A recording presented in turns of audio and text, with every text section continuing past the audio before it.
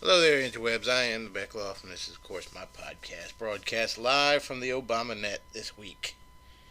Yep, the FCC passed, or voted on, or whatever the hell they do, because it's not real legislation, so whatever the hell you call it, net neutrality.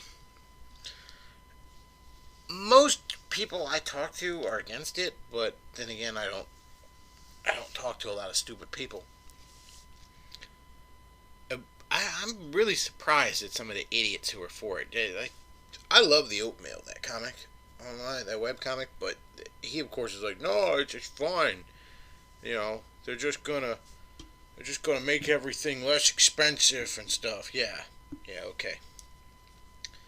It's funny. I was talking to my IT guy at the day job. And he was explaining to me, there are legitimate problems that net neutrality claims to be handling,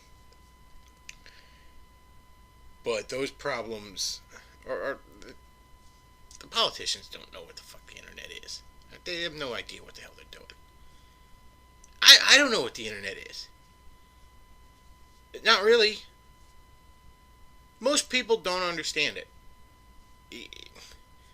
Like this IT guy was saying, like most people, if they try to explain the internet to me, would be 20% right at best. We don't really know how it works, most of us.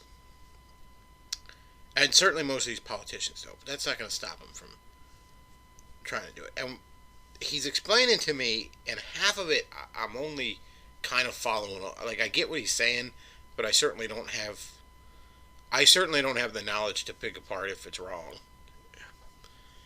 But I finally stopped him. I said, I don't know a tremendous amount about how the internet works, but I know a little something about human nature, and I know a power grab when I see one. And I don't buy for a second that this is just going to make it cheaper for us. Because first of all, there's no free lunch.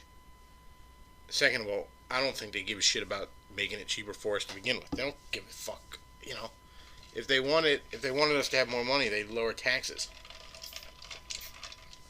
That's what Obama would do if he wanted to give America a raise. And folks like the guy that does the Onion, I can't remember his name off the top of my head. Funny guy, talented guy.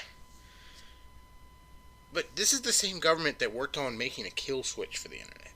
All right, and how are you gonna feel, Mister Liberal guy writing for the Onion?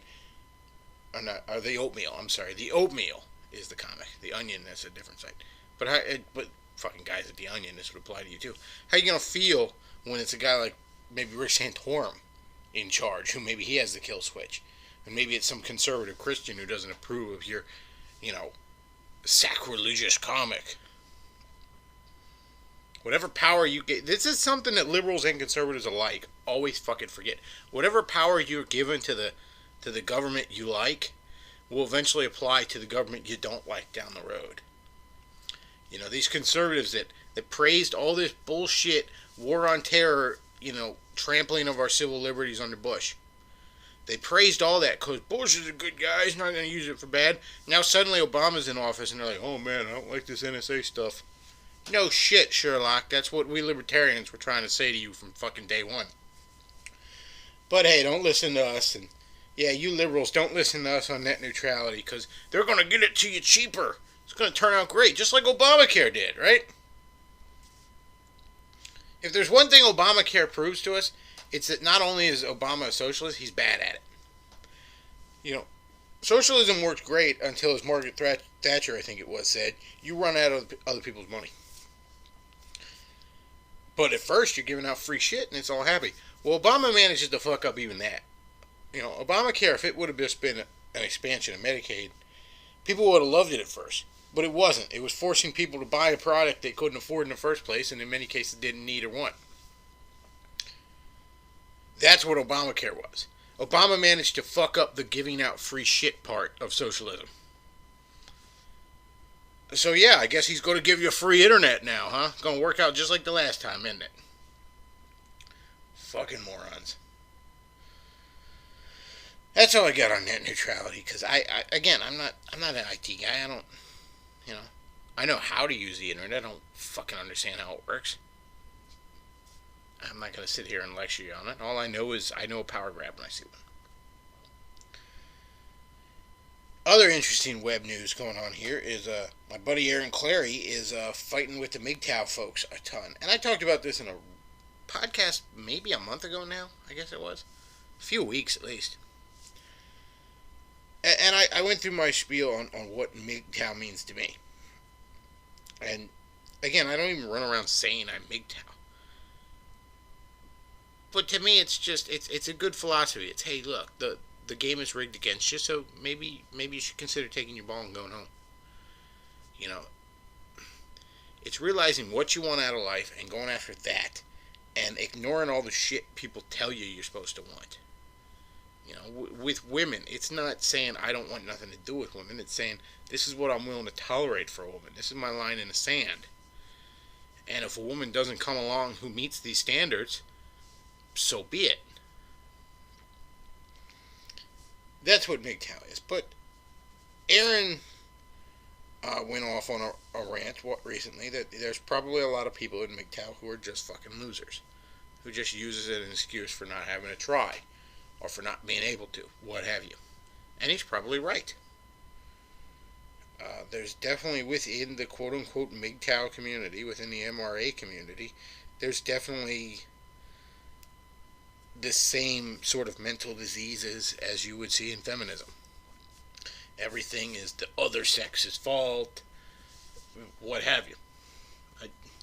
Shoe on Head said, I think on her Ask FM page one time, she was asked about MGTOW. She said, it seems like the male equivalent of strong, independent black woman don't need no man.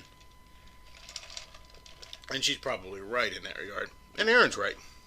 There's certainly a lot of losers in the MGTOW community. I don't see how anyone could find fault with that. He's not attacking the entire community. He thinks that in many cases, a lot of them are posers. You'd think any healthy online community, again, I'm using community in the loosest sense, would be happy for that kind of, would want to police its own. MGTOW, however, losing their mind, and they're attacking Aaron a shitload, however. Barbarossa, or Barbarella, or whatever the fuck the guy's name is, I don't fucking know. He's having a fight with Aaron. It's been interesting to watch. I mean, I don't know the other guys, but I know Aaron. I like Aaron. And, their video, Don't Trust Aaron, because apparently, Barbarossa is like, or Barbarella, or whatever the fuck the guy's name is. Barbarella is a movie. I don't know, Barbed Wire, that's another movie. Whatever the fuck the guy's name is, I don't care. Barbie, let's just call him Barbie. Barbie, was all like, fuck you, Aaron, we're all totally legit. And Aaron basically had enough of the fight and was like, Pixar didn't happen. Well, now they're saying, well, that's clearly Aaron was just trying to dox him, trick him into sending personal information. It sounds more like Aaron was just probably trying to shut him up because he was tired of fighting with these people. That's just my take on it. But yeah, I mean, I take Aaron's side in it, but I freely admit that's because I'm friends with Aaron. And I don't know this Barbie guy, so fuck him.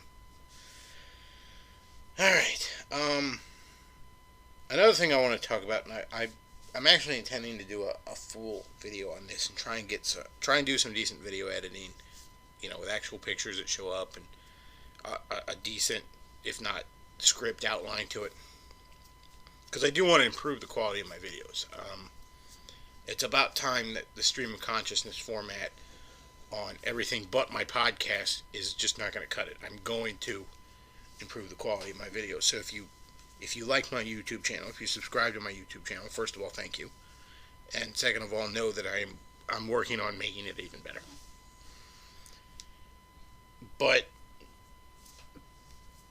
before I get that out, I'll spill the beans here on what I'm planning to talk about. I plan to talk about the Big Bang Theory. And I plan to talk about my rather complicated feelings towards this show. A lot of people in the nerd community hate it. A lot of people obviously love it. It's the #1 comedy on television, I believe. But within the nerd community, there is a bit of resentment towards it. And I understand that. When I first saw The Big Bang Theory, it was actually pretty much when it first aired. The pilot, I think it was. Like, I had heard it was coming out, and I checked it out. And I thought it was horrendously bad. To this day, I think the pilot of Big Bang Theory is damn near unwatchable. It's just horrible. It's like one of those, like, I've always hated Ben Stiller movies for the most part. Because most of them are not funny to me, they're just awkward. There's a difference. You know, like Meet the Parents, that's just awkward. It's just painful to watch. Oh, pardon me. I had to clear my throat. And that's what the pilot of The Big Bang Theory was to me. You know, it wasn't funny, it was just awkward. And in fact, having watched every episode of The Big Bang Theory up until now, pretty much the first half of the first season is garbage. It gets only partly watchable towards the end of the first season. And while a lot of people shit on it, I would like to say that there are things about this show I legitimately like. Friends and family basically got me into it. That, plus it, for a while there, it was rerun all the fucking time. Still is, I guess. There are things about this show I legitimately like. I think Sheldon Cooper is, in the hands of some of the better writers on the show, an incredible character. There was a time I considered him one of my favorite television characters ever. And I still really like the guy. I did a list of that on my blog, and he probably wouldn't make the cut now, but for a while I really liked him. Because I'm a big fan of that sort of genius that borders on mental illness. And what the hell's the guy's name? The actor that plays him. I'm blanking on the name. Johnny Galecki plays Leonard. Who the fuck is Jim Parsons? Jim Parsons plays Sheldon. Jim Parsons is a damn solid comedic actor. And when the character is written well, you have a lot there. But the character is often not written well. The character of Sheldon is supposed to have an eidetic memory, meaning he remembers everything. Nothing, he forgets nothing. You know, he can tell you the most minute details of shit he was doing on a specific date from 10 years ago. That was foolish on the writer's part to have that in there, because the writers are not good at remembering that. If someone had an eidetic memory, like often Sheldon is oblivious to more mainstream pop culture things, like, I don't know, there'd be like a rock band that he's just completely unfamiliar with, you know, or what have you, you know. That shouldn't be. Sheldon should be filled to the brim with trivia on things he doesn't give a shit about, because just hearing it once would be sufficient if indeed you had an eidetic memory. And there's even debate on to what extent that even really exists, but I'm no neuroscientist, so I'm not going to get into that. Let's just assume for the sake of a show that it does. Once you tell me there's this trait about it, you know, this is always my rule. Yes, there's suspension of disbelief on anything, even non-science fiction shows. But when you've established your own internal logic, you got to keep following it. Otherwise, I can't. It's suspension of disbelief with entertainment, but you got to meet me halfway. The other thing about him that doesn't make a lick of damn sense to me is Sheldon has an obsession with trains. Now, the character has no love of traditionalism. None. He also has very low opinions of engineers. You know, in his mind, he's doing the lofty theoretical physicist, and engineers are just monkeying around with doodads, playing with the ideas he gives them. That's his interpretation of the sciences. So, he shows no interest in machinery in general, or in tradition. So why a love of the trains? Well, there's no reason for it. The writers just figured it was something he could autistically geek out about that was kind of dorky. And that's what I mean by there's a lot of poor writing in the show. You know, the character Howard is an engineer. That would make more sense for him to be obsessed with trains. But he wouldn't be able to do it to the same fucking ridiculous autistic level that Sheldon can. So that's why they give that trait to Sheldon, even though it makes no sense within the larger character.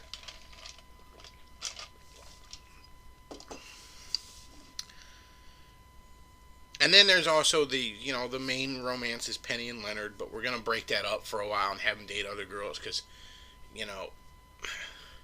writers often have a hard time really exploring a relationship. I mean, this almost gets back to in comics how they won't let characters be married because, now it's not, there can't be conflict now. No, there's still conflict within a healthy relationship.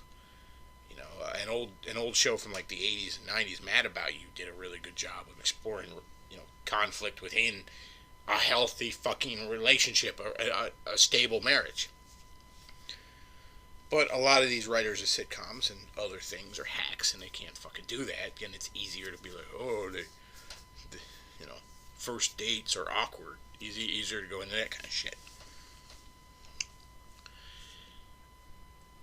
Now, all that said, there's a few middle seasons in The Big Bang Theory I think are damn good. There's a lot of characters I think are damn good. There's a lot of actors I think are damn good. There is a lot of things about this show that are really good. But many nerds still hate it, and there's a reason for that. And this has dawned on me recently. The Big Bang Theory is not written for nerds, and it's not even written by nerds. It's written about nerds, but it's written for people who just have nerds in their life. My dad loves The Big Bang Theory because his son is a nerd. He's used to dealing with those types of people, but he's not. He's a bit of a Star Trek nerd, but beyond that, he's your classic just car guy boomer. Minus all the more shitty aspects of being a boomer. My dad's actually quite cool, strong libertarian, not a parasite like most of these fucking boomers. And again, friends of my dad love the show. And a lot of them know nerds, have nerd friends or whatever. It's written. I run this comic book store, a stand at a flea market on Saturdays, and just last Saturday it was, this one redneck comes by and looks at the comic books and flips through them and like real fast, like got it.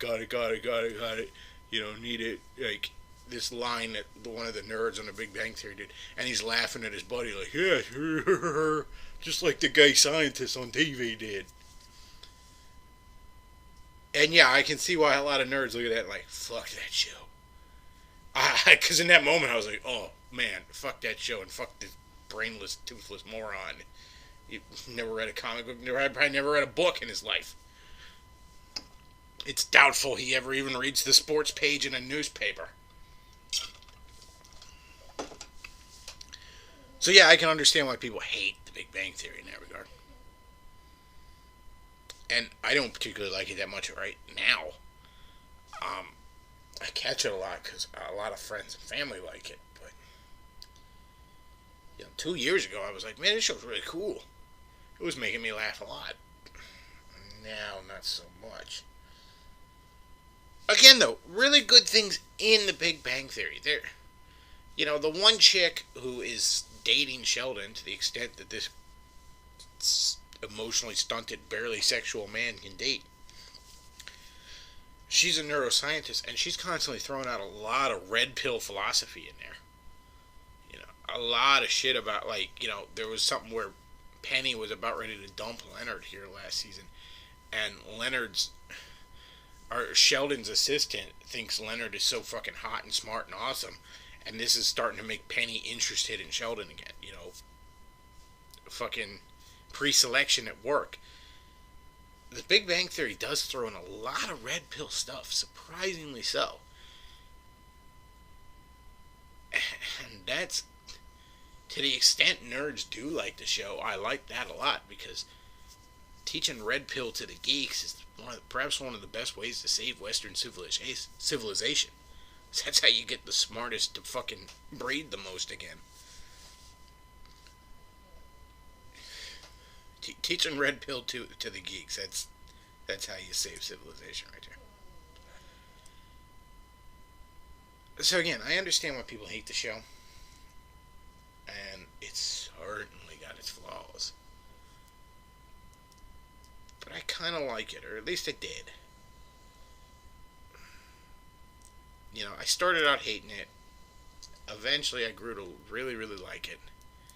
I'm starting to hate it again. I think it's gone on too long. I don't think anybody gives a shit in the shit. It's reached a point where it's just coasting. But I do think a lot of my fellow nerds are very, very unfair to Big Bang Theory. But again, I understand why. We're all very sick of... Oh, a little technical issue there. Hiccup in the recording, but I'm back. As I said, I understand why a lot of people hate the Big Bang Theory. I get it. I really do. I think there's a lot of merit to the show. But again, I get why people don't like it. I get the hatred of the fake nerds. I get that. I mean, this whole Gamergate thing, this whole SJW infiltration in the nerd culture is just that. It's just these people who want to take it over now that it's fucking hip and cool. So yeah, I get why people fucking hate that. But, as I said, I think there is a lot of merit to the show. I think it's definitely had its moments.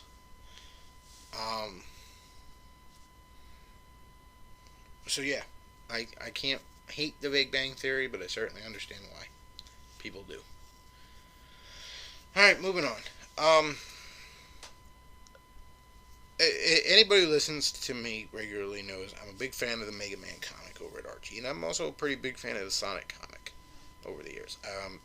The Sonic comic's been probably one of the best all-ages family comics out there in the last few decades. At this point, Archie Comics has done far more and far better with Sonic the Hedgehog than Sega has. Well, back in 2013, they did a big crossover between the Sonic and Mega Man comics that Archie publishes. Fun read. It was a solid read. Not perfect, but a fun read. And then here recently they announced that they were going to do another one, a sequel to it. And initially, and I even made a video about this, I had a little crossover fatigue. I thought, we needed to do a lot more work fleshing out the Mega Man comic, fleshing out the world in there. We were still at only Mega Man 3 territory. And I still kind of feel that way. But I got more excited about it here recently. A few weeks ago, maybe a month ago, they announced that it would also feature Mega Man X and the Sonic Boom universe that Archie also publishes a comic. And I was like, whatever. I mean, Mega Man X is cool, but Sonic Boom, whatever. I was like, I'm still going to check it out. But, I'm not necessarily happy about this. It just means I have to also read Sonic Boom. Then here recently, this past week, they were like, oh, but wait, there's more. We're going to throw in a fucking shit ton of other Sega and Capcom properties in this. It's not going to just be a crossover between the Sonic and the Mega Man universes, or even that other Sonic universe, Sonic Boom, and then Mega Man X. No. There's going to be, Nights into Dreams, and Ghosts and Goblins, and Monster Hunter, and Street Fighter. Fucking Street Fighter. And I was like, hell yes! Street Fighter. Sweet. So yeah, I got amped. And half the fucking games I'm barely familiar with that they're mentioning. I'm like, whatever. And there was a couple of things I wished they would have put in there that they didn't. I mean, couldn't you maybe put Vector Man in there, Sega? I loves me some Vector Man. Shit, how about Echo the Dolphin? That's a odd game. Echo the Dolphin for the Genesis it's weird. I wouldn't say it's a good game, but it definitely left an impact on me as a kid. got a really creepy feel, creepy music. It's hard as balls. The story is all over the fucking place. It's like you're a dolphin and your pod is kidnapped by aliens. And then you gotta time travel before you can even go fight the aliens because of reasons. Throw that in there, man. It's got fucking psychic dolphins and aliens. That's... Why the fuck not? But the comic gonna start up in May, and I'm amped for it. They turned my opinion on it. I mean, you had me at Street Fighter there, Archie. And also, I hope... I mean, ideally, I would hope this leads to a Sega versus Capcom fighting game.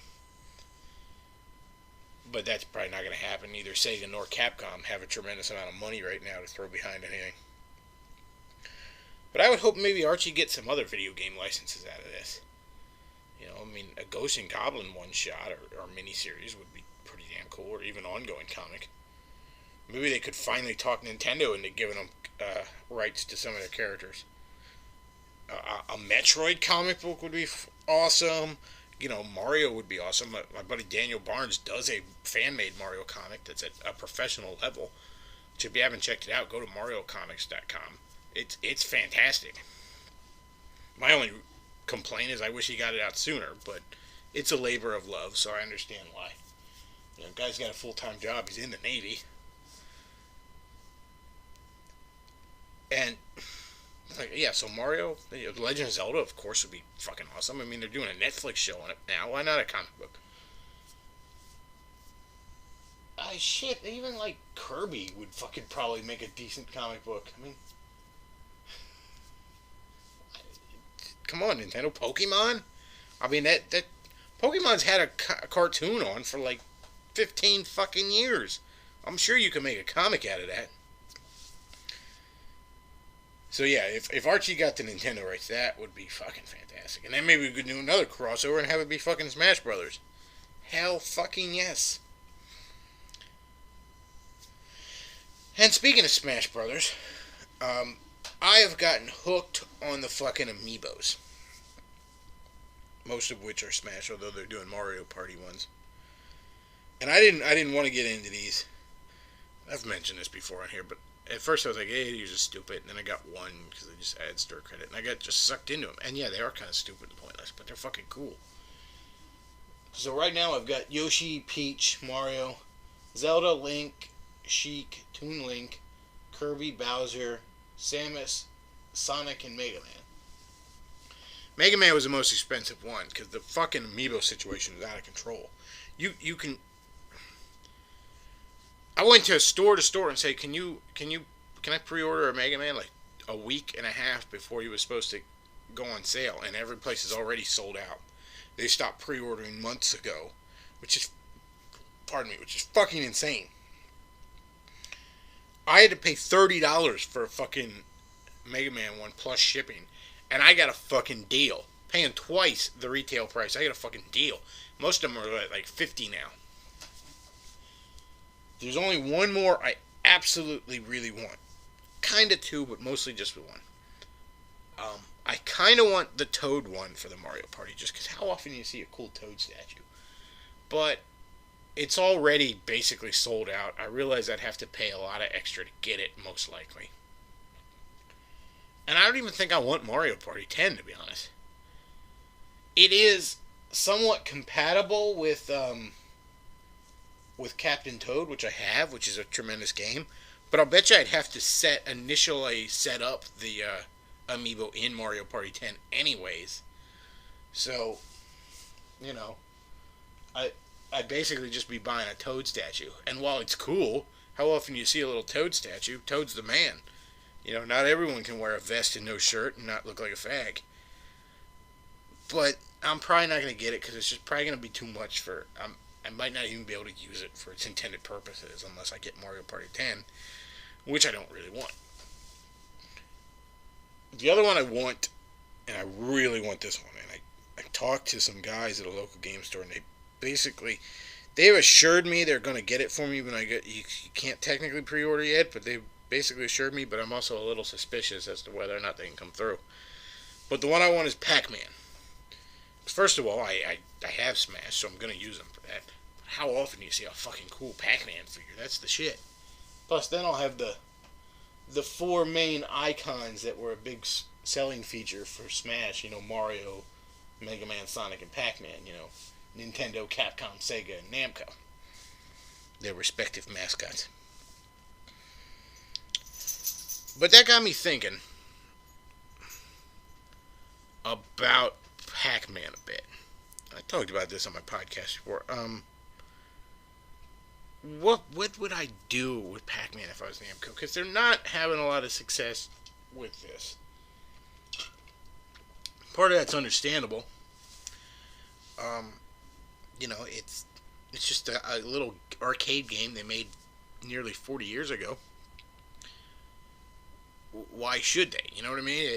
Maybe this doesn't belong in the modern era. But at the same time, there's plenty of mascot-driven games out there. There's your Marios and your Sonics and your Kirby's and your Mega Mans. Well, Capcom doesn't do anything with Mega Man, but not because people don't want it. Just they don't fucking do anything for reasons I can't fathom. But these games work fine in the modern era. So why can't they take Capcom and turn them into why can't they take Pac-Man and turn them into a platformer? Why do they have such, at best, mixed results with this? Pac-Man 2 came out in the mid-90s, and it was this weird fucking game where you didn't even control Pac-Man. You just had to, like, prod him along. And most of the time, he didn't do what the fuck you wanted anyways. I fucking hate that game. Then there's like Pac-World or Pac-Man World, which are like platformers that I've played a couple in the Game Boy Advance. And it's hard to say that they were bad. There just was nothing to them. Everything about it felt so unbelievably generic and stock. There was no flavor to it. You know, you play like a Kirby or a Sonic or Mega Man, and there's just a style about it. There's heart in it, you know? There was none of that in this. And I love platformers. It's like my favorite type of game. I love those types of games. You know, it's what I grew up with, and it could not hold my attention to save my soul. And then there's the ones based on the cartoon, Pac-Man and the Ghostly Adventures. They look a little better. In fact, I look at the Let's Play footage and even the reviews, and I'm like, this might be a fun game. I'll probably check it out once it's cheap. Once I can get me a used copy. But everyone's ripping it apart for being very generic. And so I'm just thinking out loud here. What would I do if I was Namco? And you know, let's do a Pac-Man game. For one thing, I'd go with the character design they have in Smash Brothers, rather than what they got in Pac-Man and the Ghostly Adventures, because he looks like shit in that. Also, in the Ghostly Adventures, he's like 10 or something, which I guess is because of the cartoon it's based off of, but I always saw Pac-Man as an adult. Like, I realize in the little original game, he doesn't look like jack shit, but, you know, in like the box art for it, he's got like a fucking fedora on, like a hat, like he's a 60s businessman or something, and like, sometimes he has like a briefcase with him. He looked like a fucking adult. Same in the cartoon from the 80s. And yes, there was a Pac-Man cartoon back in the 80s. It sucked, but he looked like a fucking adult because he's Pac-Man. He's got a fucking wife and a kid. You know, Miss Pac-Man and Pac-Man Jr. So I think I would go with adult. This is this fallacy they have with, like, they think a kid's game, the character's got to be a kid. Because otherwise a kid won't identify. Of all the cartoons I watched as a kid, all the games I played, all the things I loved as a kid, almost none of those characters were themselves kids. You know, they were all teenagers or adults. I mean, you know, superheroes are teenagers or adults. You know, the Teenage Mutant Ninja Turtles, you know, they're teenagers at the youngest. You know, Mario's a fucking adult. Sonic, I think, was supposed to be a teenager the handful of times they ever mentioned his age. I guess Link is a kid in some of the games, but I don't know. The original Zelda games, I always thought he was an adult. Zelda 2, at least he was. Yeah, I don't necessarily think a kid wants. You know, when you're a kid, you want to grow up, kind of thing, don't you? You want to be an adult. Now that I'm an adult, I kind of want to be a kid again, but that's neither here nor there. So yeah, I don't understand the desire. Well, let's make him a fucking kid because that's the kids will like it that way. I don't really see that. But also, I think I would go. I think if I was to do a Capcom game, I'd make it a platformer. You know, maybe make it a 2D one. I guess maybe you could make it 3D, but I'd probably stick to 2D and have it like what they call that Metroidvania style, where you're just because what was the original Pac-Man game? It was a fucking maze. So have it like the Metroidvania style, where it's a fucking maze. You're wandering around, corridors constantly. And how about the ghosts are coming for you, and you don't never know where they are? I mean, you get like a little warning if they're coming up close to you. But if you stay in one spot for too long, they're gonna find you. And the power-ups that allow you to fight back are few and far between. So you got to be constantly moving, constantly wandering around. Where the fuck am I? And constantly avoiding the enemies. You take the original things that made the first Pac-Man game great, translate it to a 2D experience, or to a side-scrolling experience. That would be fucking fantastic. But hey, what do I know? I'm just a podcaster thinking out loud. Alright, I've said before I try to end these podcasts on a bit of a positive note, so I'm going to try and do that now. I just got yesterday Kirby and the Rainbow Curse, I think it's called. Shit, what the hell? I'd have to look. Kirby and the Rainbow Curse, the new Kirby game. There's elements of it I don't like. Like, I don't seem to actually be controlling Kirby so much as I'm moving him around by creating these little rainbow bridges to move him around. But the animation in it, the graphics in it are just incredible. Everything is like a claymation style, which I used to love claymation shit as a kid. And just seeing it in this game, it's just fucking fantastic. It looks like a claymation cartoon that you manipulate. That alone makes me love it. So I would definitely say check out the new Kirby game if you like Kirby. And if you don't, you should probably check out some Kirby games because they're pretty fucking cool. Well, that's all I got for this week. Thanks as always for listening. Bechtloff out.